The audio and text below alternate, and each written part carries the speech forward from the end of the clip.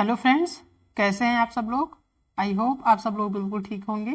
चलिए शुरू करते हैं आज की क्लास। आज की क्लास का जो टॉपिक है वो हमने ईवीएस से लिया है और ये इतना महत्वपूर्ण टॉपिक है जो कि हर एग्जाम में पूछा जाता है। ठीक है, बात करें अगर टॉपिक की, तो जो टॉपिक है वो है पौधे, यानी कि जो ईवीएस में जो पौधे होते हैं जो कि हमारे सीटेट एग्जाम में पूछे जाते हैं। जितने भी पौधे हैं जो एनसीईआरटी की किताबों में दिए हुए हैं, उन सभी पौधों के बारे में आज हम डिस्कस करेंगे और उनसे रिलेटेड जितने भी क्वेश्चंस बनते हैं उन सभी को पॉइंट वाइज आज हम डिस्कस करेंगे। चाहे बात करें पौधों के भाग के बारे में कि कौन कौन से भाग हैं जो खाए जाते हैं, या फिर बीजों के बारे में बात करें, या फिर कुछ सब्जियां होती हैं जो कि हाँ, विदेशों से आई हैं, यानी विदेशों से ली गई हैं। तो उन सभी चीज़ों को डिस्कस करेंगे जो कि एग्जाम में पूछा जाता है। अगर आप सीटेट का जो प्रीवियस ईयर क्वेश्चन पेपर अगर उठा के देखते हैं तो पौधों से रिलेटेड क्वेश्चन बहुत एग्जाम में पूछा गया है। हर एग्जाम में क्वेश्चन पूछे जाते हैं, बहुत सारे क्वेश्चन जो है वो रिपीटेड होते हैं, एक ही क्वेश्चन बार बार पूछ लिए जाते हैं। तो जितना भी क्वेश्चन आता है, जितने भी क्वेश्चन पूछे जाते हैं सीटेट के एग्जाम में, वो सारे टॉपिक आज की क्लास में डिस्कस करेंगे। आज की क्लास में आपको सारे टॉपिक जो है पौधों के बारे में, जितने भी पौधे पूछे जाते हैं, कंप्लीट हो जाएगा, क्लियर हो जाएगा। ठीक है, तो शुरू करते हैं आज की क्लास। और हाँ, अगर आप चैनल पर नए हैं तो चैनल को सब्सक्राइब कर लीजिएगा, ताकि नेक्स्ट वीडियो अगर हम अपलोड करते हैं तो उसका एक नोटिफिकेशन आपको जाएगा। तो नोटिफिकेशन से होगा कि आपका कोई भी वीडियो स्किप नहीं होगा, और ये सारी जो क्लासेस हैं आपकी तैयार, सारी क्लासेस आप देख लेंगे तो सारे जो आपके सब्जेक्ट हैं वो आपके क्लियर हो जाएंगे, तैयार होते जाएंगे। ठीक है, क्योंकि जो ये तैयारी है वो एग्जाम तक चलने वाली है और सारे टॉपिक जो है वन बाय वन आपको क्लियर कराते जाएंगे। अब चाहे वो प्रीवियस ईयर क्वेश्चन हो, चाहे टॉपिक वाइज, सारी क्लासेस जो है आपकी यही मिलेंगी। तो आप चैनल को सब्सक्राइब करके आप अपने दोस्तों में शेयर कर दीजिए जो कि सीटेट की तैयारी करना चाह रहे हैं या कर रहे हैं। ठीक है, तो शुरू करते हैं आज की क्लास। आज की जो क्लास का जो टॉपिक है वो हमने बताया कि पौधे हैं। तो जो पौधों में पहला आता है वो है रेगिस्तानी ओक। ठीक है, बात करें इसकी रेगिस्तानी ओक की, तो जो है इसको डेजर्ट ओक भी कहते हैं। यह धीमी गति से बढ़ने वाला पेड़ है जो गहरी रेत में पाया जाता है। डेजर्ट ओक जो है वो धीमी गति से बढ़ने वाला पेड़ है, इसको डेजर्ट ओक कहते हैं। ये एग्जाम में पूछा जाता है और ये गहरी रेत में पाया जाता है। ऑस्ट्रेलियाई ओक लंबी जड़ों वाला एक रेगिस्तानी पेड़ है। ठीक है, इसकी ऊंचाई एक सामान्य क्लास के दीवार के लगभग होती है।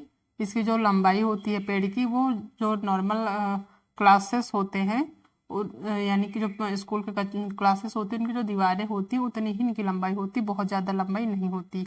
इनके पेड़ में जो है पत्ते कम होते हैं, बहुत ज़्यादा पत्ते नहीं पाए जाते। यह पेड़ अपने तने में पानी जमा करता है। ठीक है, इसके तने में पानी रहता है, ये एग्जाम में पूछा जाता है। ठीक है, इसके तने में पानी जमा करता है ये अपने तने में। रेगिस्तानी लोग पेड़ के तने में एक पतला पाइप लगाते हैं और रेगिस्तान में पानी नहीं होने पर पानी पीते हैं। ठीक है, रेगिस्तानी ओक ऑस्ट्रेलिया में पाया जाता है। ठीक है, ये ऑस्ट्रेलिया में पाया जाता है, इसको ध्यान से देख लीजिए क्योंकि ये एग्जाम में पूछा जाता है कि रेगिस्तानी ओक कहाँ पाया जाता है। तो ये ऑस्ट्रेलिया में पाया जाता है। इस वृक्ष की जड़ें वृक्ष की ऊंचाई की लगभग 30 गुना गहराई तक नीचे जमीन के भीतर जाती है, जब तक जल तक न पहुंच जाए। इनकी जो जड़ें होती बहुत लंबी होती है, वो जमीन के नीचे जाती है, तब तक बढ़ती रहती है जब तक उनको एक जल का स्रोत न मिल जाए, यानी जल ना मिल जाए, तब तक उनकी जड़ें बढ़ती रहती है, क्योंकि वो जड़ के माध्यम से ही जो जल होता है उनको वो अपने तने में इकट्ठा करती है। ठीक है, ये सारी चीजें हो गई रेगिस्तानी ओक के बारे में। इससे संबंधित एक या दो क्वेश्चन पूछे जाते हैं, दो से तीन। एक बार पूछा जाता है कि इसके तने में पानी होता है, दूसरा कि ये ऑस्ट्रेलिया में पाया जाता है। ठीक है, यही दो तीन क्वेश्चन रेगिस्तानी ओक से आते हैं। ठीक है, नेक्स्ट जो पौधा है वो है क्रोटोन पौधा। ठीक है, क्रोटोन क्रोटोन पौधे जो हैं जमीन के बारे में, उसके दशा के बारे में बता देते हैं, यानी सिग्नल दे देते हैं।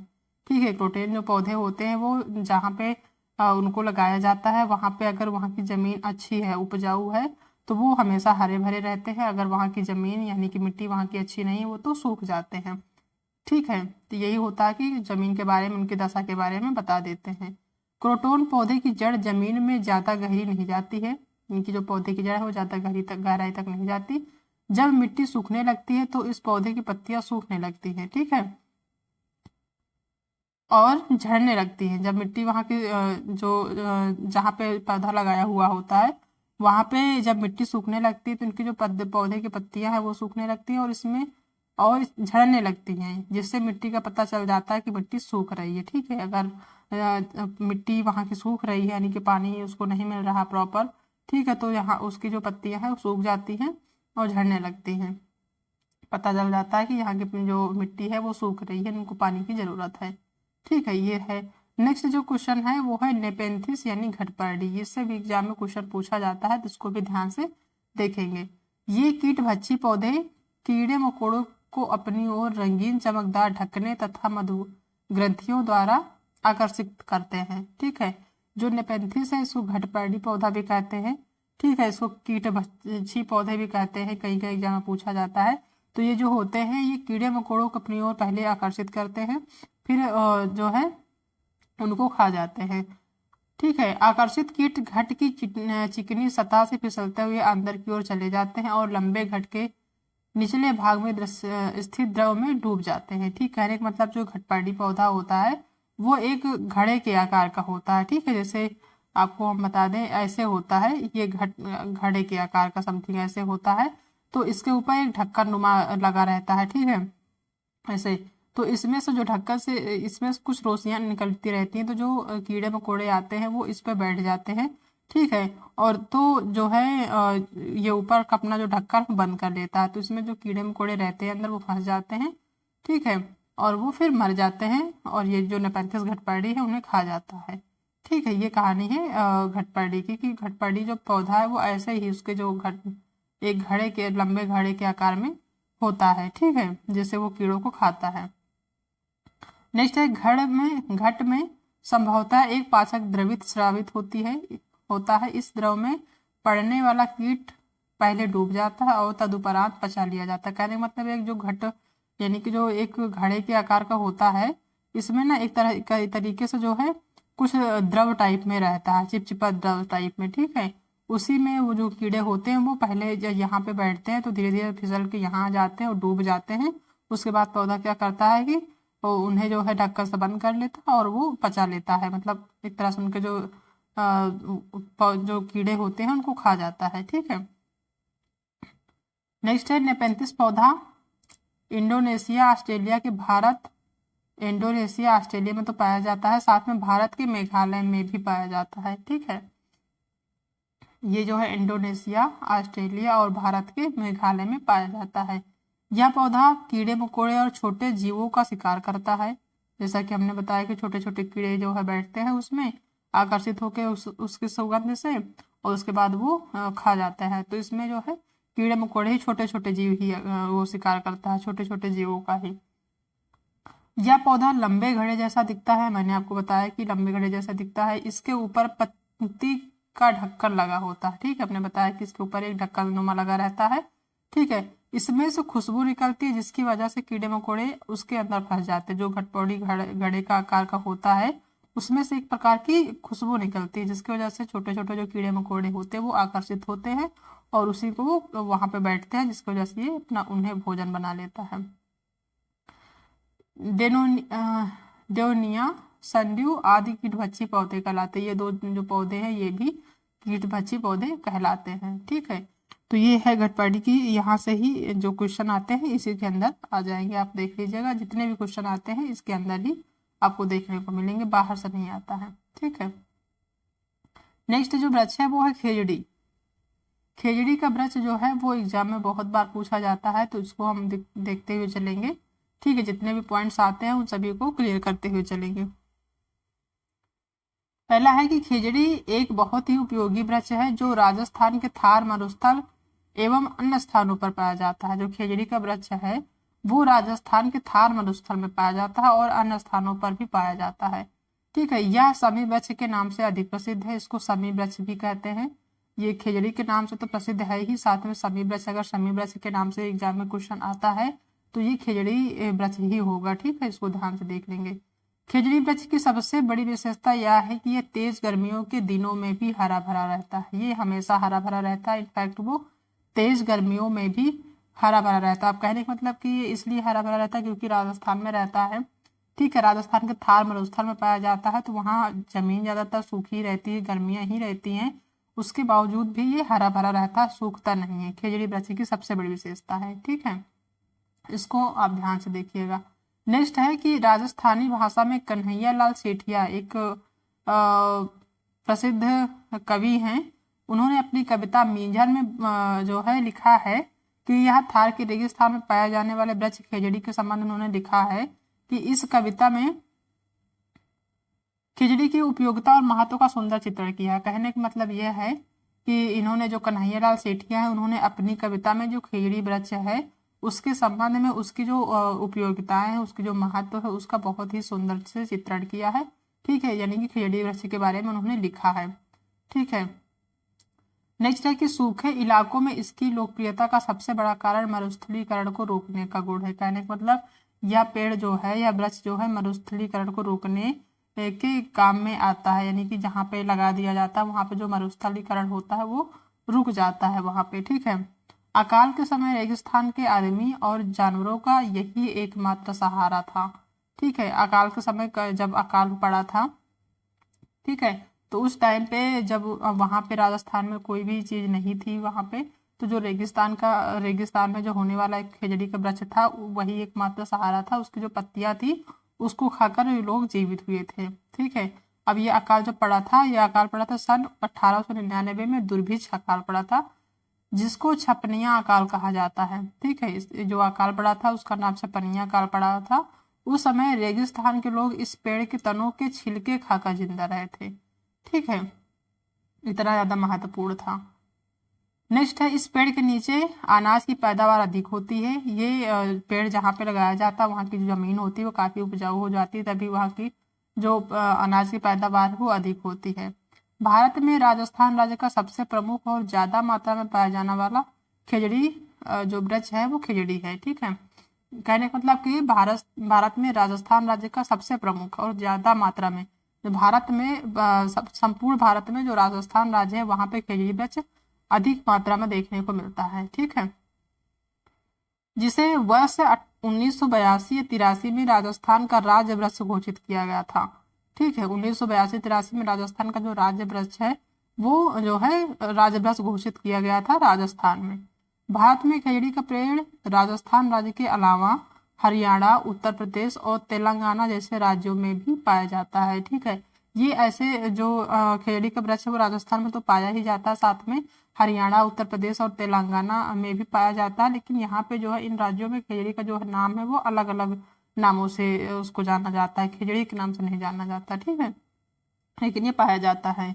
नेक्स्ट है कि शुष्क प्रदेशों में पाया जाने वाला ऐसा पेड़ जिसमें सीधे तौर पर भूजल से नमी रहती है और जिसे बढ़ने के लिए बहुत अधिक पानी की आवश्यकता नहीं पड़ती है। ये एक ऐसा पेड़ है जिसमें कि अगर जमीन में नमी सिर्फ है और बहुत ज्यादा पानी नहीं है तो भी ये आराम से वहां पे उग जाता है। ठीक है, इसको बहुत ज्यादा पानी की आवश्यकता नहीं होती है। नेक्स्ट है, यह एकमात्र ऐसा पेड़ है जो राजस्थान राज्य के कुल भौगोलिक क्षेत्र के 2/3 हिस्से को कवर करता है। मीन्स की राजस्थान राज्य में बहुत ज्यादा पाया जाता है। आर्थिक और सांस्कृतिक रूप से ये खेजड़ी का काफी महत्व है। जो खेजड़ी वृक्ष है इसका जो आर्थिक रूप से तो महत्व है ही, प्लस सांस्कृतिक रूप से भी इसका बहुत ज्यादा महत्व है। आर्थिक रूप से इसलिए है क्योंकि इसकी जो जड़ें होती हैं, पत्तियां होती हैं, छाल होती हैं, इन सब का दवाओं के रूप में यूज किया जाता है। और सांस्कृतिक रूप से कि वहाँ पे कुछ मान्यताओं के अकॉर्डिंग वहाँ पे क्या होता है, खिचड़ी वृक्ष की पूजा भी की जाती है राजस्थान में। ठीक है, एनसीईआरटी के अकॉर्डिंग। नेक्स्ट है खेजड़ी के पेड़।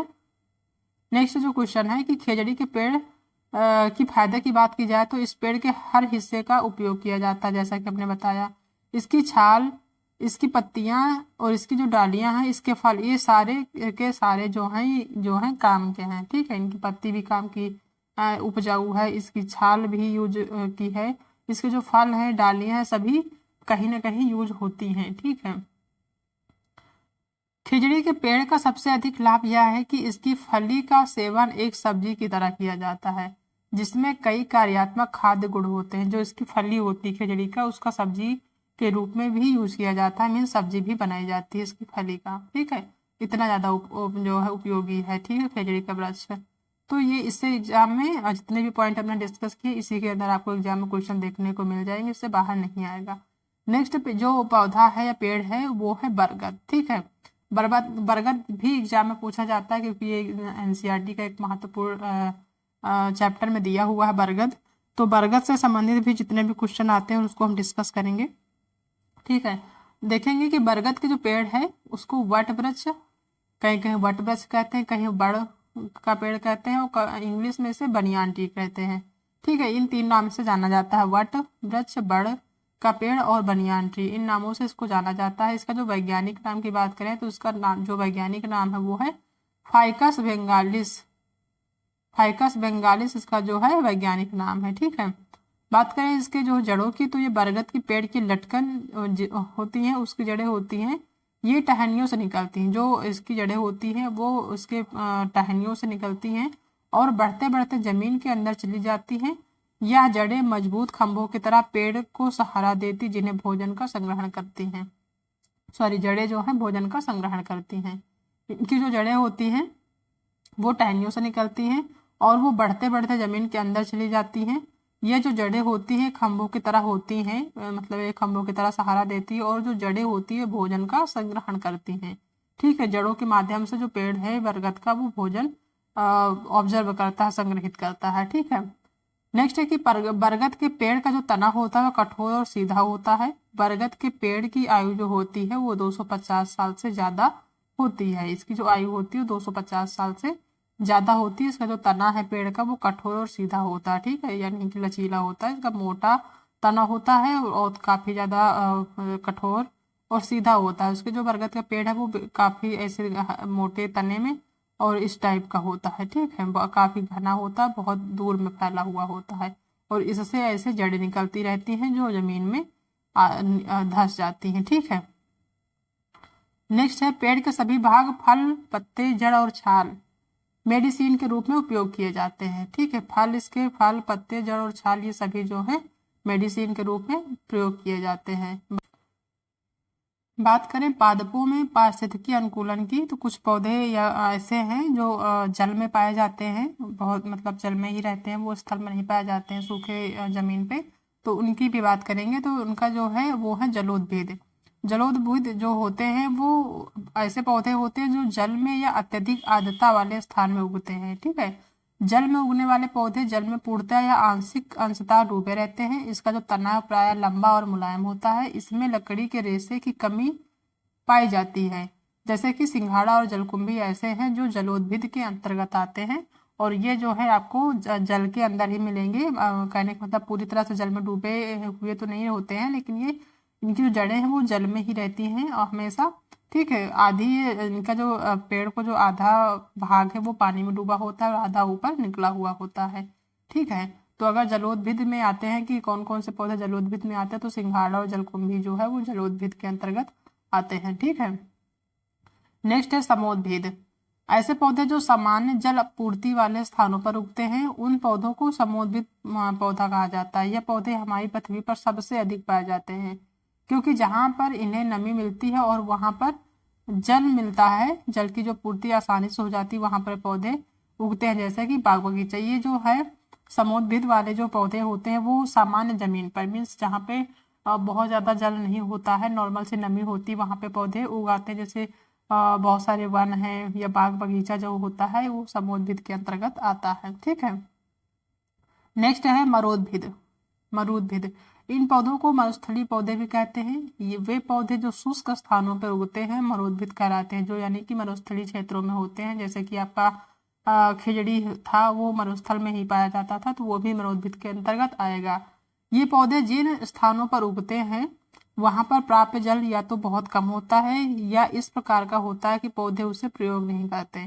ठीक है, जहां मृदा में पानी की कमी होती है और तापमान अधिक होता है वहां पे मरोद्भिद होते हैं। ठीक है, मरोद्भिद वाले जो पौधे होते हैं वो होते जैसे कैक्टस हो गया, आपको खिजड़ी हो गया, ये जो है ऐसे स्थानों पे होते हैं जहाँ पर पानी की कमी होती है और तापमान अधिक होता है। ठीक है, और बात करें लवणोद्भिद की कि लवणोद्भिद जो पौधे होते हैं वो दलदली तटों व खारे जल वाले जगहों पर पाए जाते हैं। जहाँ की भूमि में लवणों की मात्रा अधिक होती है वो होते हैं लवणोद्भिद वाले पौधे। ठीक है, तो इनसे संबंधित जितने भी क्वेश्चन आएंगे वो बस इतने से आएंगे, इसी के अंदर आएंगे, इससे बाहर नहीं आएगा। ठीक है। अब बात करें कि पौधों के कुछ भाग जिन्हें कि हम खाते हैं। कुछ ऐसे भाग होते हैं पौधों के जिन्हें कि हम खाते हैं, लेकिन ये नहीं पता होता कि हम कौन सा भाग खा रहे हैं, किसी का जड़ खा रहे हैं, तना खा रहे हैं। तो ये इनसे रिलेटेड भी एग्जाम में क्वेश्चन पूछा जाता है, तो इनको भी देखते हुए चलेंगे। ठीक है। बात करें जड़ की कि कौन कौन से भाग कौन कौन से पौधों का जड़ खाया जाता है। तो ठीक है, तो जो मूली है, मूली, गाजर, चुकंदर, टेपियोका या शकरकंदी। टेपियोका एग्जाम में कई बार पूछा जाता है। इससे पहले एक जो टॉपिक हमने किया हुआ है वो डिस्कस किया है, वो टेपियोका से रिलेटेड है। उसमें टेपियोका कहाँ पाया जाता है, इन सबसे संबंधित क्वेश्चन हमने उसमें डिस्कस किया है। तो जो टेपियोका है उसका जो भाग खाया जाता है वो है जड़। मूली, गाजर, चुकंदर, टेपियोका और शकरकंदी, इन चीज़ों का जो है, इन फलों का जो है या इन सब्जियों की बात करें तो इनका जो है जड़ खाया जाता है। ठीक है, ये ध्यान से देखें क्योंकि एग्जाम में पूछा जाता है। तो जड़ से जो जड़ खाई जाती है मूली की, गाजर की, चुकंदर की, टेपियोका और शकरकंदी की। बात करें तना की कि कौन से पौधे का तना खाया जाता है, तो जो आलू है वो जड़ नहीं है बल्कि तना है। प्याज और अदरक ये जो है तने हैं, इनका तना खाया जाता है, ना कि ये इनको जड़ नहीं कहा जाएगा, इनको तना कहा जाएगा। क्योंकि जो आलू होता है वो आलू तना होता है, उससे नीचे जो जड़ होते हैं, ठीक है, वो अलग चीज होती है। प्याज का तना खाया जाता है, उसमें कुछ छोटे छोटे जड़ होते हैं। अदरक में भी जड़ होते हैं। तो जो है इनका तीनों का जो भाग खाया जाता है वो तना खाया जाता है। ये एग्जाम में बहुत बार पूछा जाता है क्योंकि लोग कंफ्यूज रहते हैं कि इसका खाने वाला भाग जड़ होता है कि तना होता है। नेक्स्ट बात करें पत्ती की, कौन कौन से सब्जियों की पत्तियां खाई जाती हैं। तो जो धनिया है, ये सबको पता है कि धनिया की पत्ती खाई जाती है। पत्ता गोभी की पत्ती खाई जाती है। पत्ता गोभी पत्ती है, ठीक है, ना कि कोई फल है। अरबी की पत्ती खाई जाती है। पालक सबको पता है कि पत्ती ही खाई जाती है, ठीक है। और ये करी पत्ता, इसको भी पत्ती ही खाई जाती है, इसकी भी, ठीक है। बात करें बीज की तो चना, बाजरा, सरसों, गेहूं, धान, ये सारी चीजें बीज हैं जिनको हम खाते हैं, ठीक है। तो इनसे रिलेटेड एग्जाम में क्वेश्चन पूछा जाता है, तो इसको बहुत ध्यान से देखेंगे। इन्हीं के अंदर आपको एग्जाम में क्वेश्चन देखने को मिल जाएगा। नेक्स्ट है बात करें फूल की, तो कौन सी सब्जी जिसका फूल खाया जाता है वो है सहजन, केला और कचनार। ये जो तीन सब्जियां हैं इनका फूल खाया जाता है, ठीक है। सहजन एक पेड़ होता है जो कि हमारे यूपी में भी पाया जाता है, ठीक है। तो सहजन का फूल खाया जाता है, केला का और कचनार का। सहजन और कचनार जो है ये यूपी में पाए जाते हैं। इनका जो है फूल खाया जाता है। बात करें फली की तो सबको पता है कि मटर की फली खाई जाती है, ठीक है। तो ये सारी चीजें हैं जो कि एग्जाम में पूछे जाते हैं, तो इसको हम देखते हुए चलेंगे। नेक्स्ट आता है कि कुछ सब्जियां हैं जो विदेश से आई हैं। तो एग्जाम में पूछा जाता है कि विदेश से आने वाली सब्जी कौन सी है, इनमें से कौन सी ऐसी सब्जी जो विदेश से आने वाली है, ठीक है। तो वो भी एग्जाम में पूछा जाता है, तो इसको भी ध्यान से देखते हुए चलेंगे। नेक्स्ट है, पहला है कि हरी मिर्च, टमाटर और आलू ये कहाँ से आई है, तो ये है साउथ अमेरिका से, ठीक है। हरी मिर्च, टमाटर और जो आलू है वो साउथ अमेरिका से आई है। बात करें गोभी और मटर की तो ये यूरोप से है, ठीक है।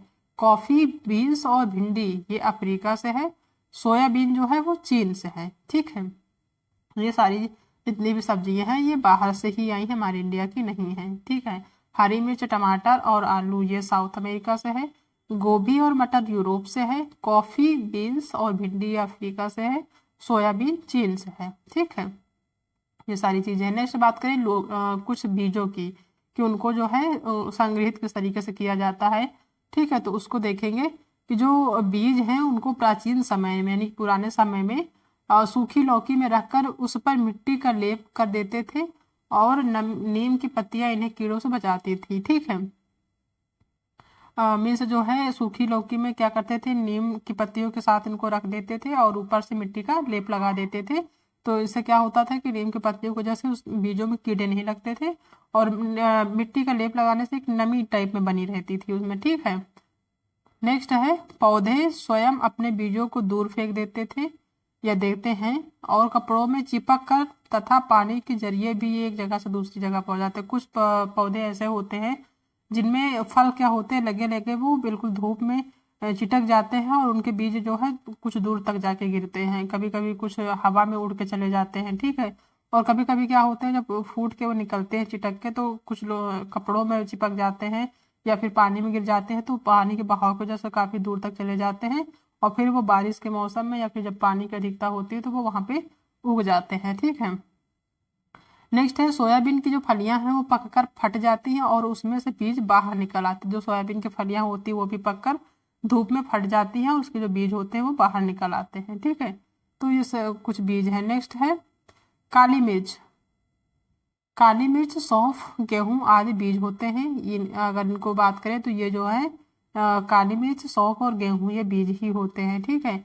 नाशपत्ती, ठीक है, सॉरी नाशपाती, भिंडी, करेला, खीरा, टमाटर, चीकू आदि में बीज होता है। अच्छा, एग्जाम में ऐसे भी क्वेश्चन पूछे जाते हैं कि इनमें से कौन किसमें बीज नहीं पाया जाता है, ठीक है। तो उसमें जो है या फिर पूछा जाता है कि इसमें से किसमें बीज होता है, तो एग्जाम में क्वेश्चन आता है, ठीक है। तो नाशपाती, भिंडी, करेला, खीरा, टमाटर, चीकू आदि में बीज होता है, ठीक है। इसको ध्यान से देखेंगे। नेक्स्ट है मिट्टी में गोबर मिलाने से मिट्टी में कीड़ा नहीं लगता है, ठीक है। ये कुछ पॉइंट्स हैं जो एग्जाम में आते हैं, तो इनको भी देखते हुए चलेंगे। कपड़े में बंधा हुआ बीज पानी में भिगोए गए बीज की तुलना में जल्दी अंकुरित हो जाता है, क्योंकि कपड़े में बीज सांस लेने में सक्षम होता है, ठीक है। कभी कभी क्या होता है, कुछ बीज ऐसे भिगो के रख दिए जाते हैं और कभी कभी कुछ बीज जो है उनको एक कपड़े में लपेट के रख दिया जाता है ताकि वो अंकुरित ज्यादा हो जाए। तो जो कपड़े में लपेटा हुआ बीज होता है वो जल्दी अंकुरित हो जाता है, क्योंकि जो उसमें बीज होता है उसको सांस लेने में काफी सक्षम होता है बंधा हुआ, तो वो आसानी से जो है अंकुरित हो जाता है। नेक्स्ट है दांत के दर्द के ट्रीटमेंट के लौंग का इस्तेमाल किया जाता है। पूछा जाए एग्जाम में कि लौंग का इस्तेमाल कहाँ पे किया जाता है, तो ये दांत के दर्द के लिए काफी उपयोगी माना जाता है, लौंग का तेल या लौंग, ठीक है। अब बात करें कुछ सिंचाई की, कि ये सिंचाई से संबंधित भी एग्जाम में एक क्वेश्चन पूछा जाता है। तो जो ड्रिप सिंचाई विधि है, ठीक है, ये काफी ज्यादा इस टाइम यूजफुल है, ठीक है। तो ये एग्जाम में पूछा जाता है कि जो ड्रिप सिंचाई है, ये ड्रिप सिंचाई पद्धति सिंचाई की आधुनिकता पद्धति है, ठीक है, ये आधुनिक पद्धति है। इस पद्धति में पानी की अत्यधिक बचत होती है, काफी हद तक इसकी बचत होती है। इस विधि में सिंचाई के जल को पौधों के जड़ क्षेत्र में बूंद बूंद करके दिया जाता है। जो सिंचाई का जल है, जहाँ पे पौधे हैं, मान लीजिए यहाँ पर एक पौधा है, यहाँ पे एक पौधा है, यहाँ पौधा है, तो क्या करते हैं कि जो ड्रिप सिंचाई के माध्यम से एक पाइप लगा रहता है और उसमें जो है बूंद बूंद के रूप में पानी गिरता रहता है, ठीक है। पौधे के पास ही, पौधे के जड़ के पास ही बूंद बूंद में पानी गिरता रहता है। पूरे मतलब पूरे खेत में पानी नहीं होता, सिर्फ जहां जहां पौधे होते हैं वहीं पर एक एक बूंद पानी गिरता रहता है, ठीक है। एक पाइप के माध्यम से वो सभी खेत में ऐसे रखा रहता है जहां जहां पौधे होते हैं और वहां बूंद बूंद के माध्यम से पानी गिरता रहता है। तो यहाँ पे क्या होता है कि पानी की बचत हो जाती है, ठीक है। नेक्स्ट है इस सिंचाई विधि का आविष्कार। अगर इसके आविष्कार की बात करें तो उसको इसका जो आविष्कार हुआ था सबसे पहले इजराइल में हुआ था, जिसका प्रयोग आज दुनिया के अनेक देशों में हो रहा है। सबसे पहले इजराइल में हुआ था, उसके बाद जब वहां पर सक्सेस हुआ तो अब पूरी दुनिया में ये जो है इसका उपयोग होने लगा। इस विधि में वाष्पीकरण की क्रिया के द्वारा जल हानि नहीं के बराबर होती है। हमने आपको बताया कि इसमें जल की काफी उसमें जो है बचत होती है, इसमें जल की बहुत ज्यादा बर्बादी नहीं होती, इसीलिए ये सक्सेस है, ठीक है। तो ये सारे क्वेश्चन हैं आज की क्लास के, जो टॉपिक थे जितने, और इसी से संबंधित आपको एग्जाम में क्वेश्चन पूछा जाएगा, इससे बाहर नहीं आएगा, क्योंकि यही सारे टॉपिक आपके एनसीईआरटी की किताब में दिए हुए हैं। और आप सभी को पता है कि जो सीटेट का एग्जाम है वो टोटल बेस्ड है एनसीईआरटी पे। एनसीईआरटी में जितने भी टॉपिक हैं उन्हीं से रिलेटेड क्वेश्चन पूछा जाता है, उससे बाहर नहीं आता है, ठीक है। कुछ क्वेश्चन है जो बाहर से आते हैं तो हमने इसी में इंक्लूड कर दिया है, ठीक है। अगर वो बाहर से पूछे जाते हैं तो आपको इसी में देखने को मिल जाएगा, ठीक है। आई होप आप सभी को आज की क्लास पसंद आई होगी। तो अगर आज की क्लास पसंद आई है तो वीडियो को लाइक करिएगा, अपने दोस्तों में शेयर करिएगा। अगर आप चैनल पर नए हैं तो आप वीडियो को सब्सक्राइब करना बिल्कुल भी मत भूलिएगा, ठीक है। मिलते हैं नेक्स्ट क्लास में, तब तक अपना ध्यान रखिएगा। Okay, thank you.